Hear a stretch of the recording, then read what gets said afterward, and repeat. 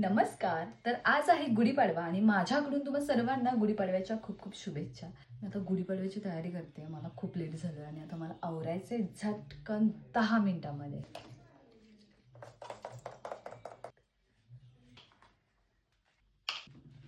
बसून इतकी धावपळ चालली आहे. घर साफ करणे, रांगोळी काढणे आणि ऑल आणि आता मुलगी म्हटलं तर नटायला तर पाहिजेच.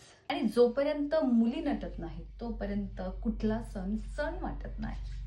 बरोबर आहे ना? आज माझ्याकडे लाईट प्रॉपर आहे.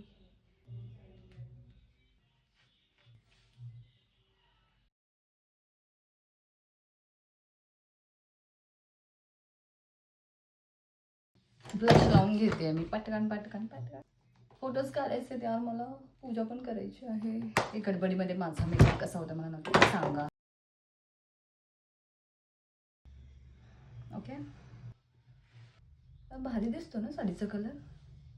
या कलरमध्ये कुठलीही मुलगी छानच दिसते आणि फेअर दिसते, हा ना.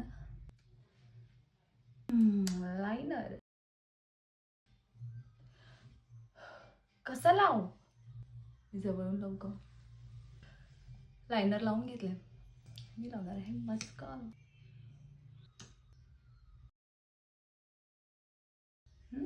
ओके, मोस्ट इम्पॉर्टंट काजळ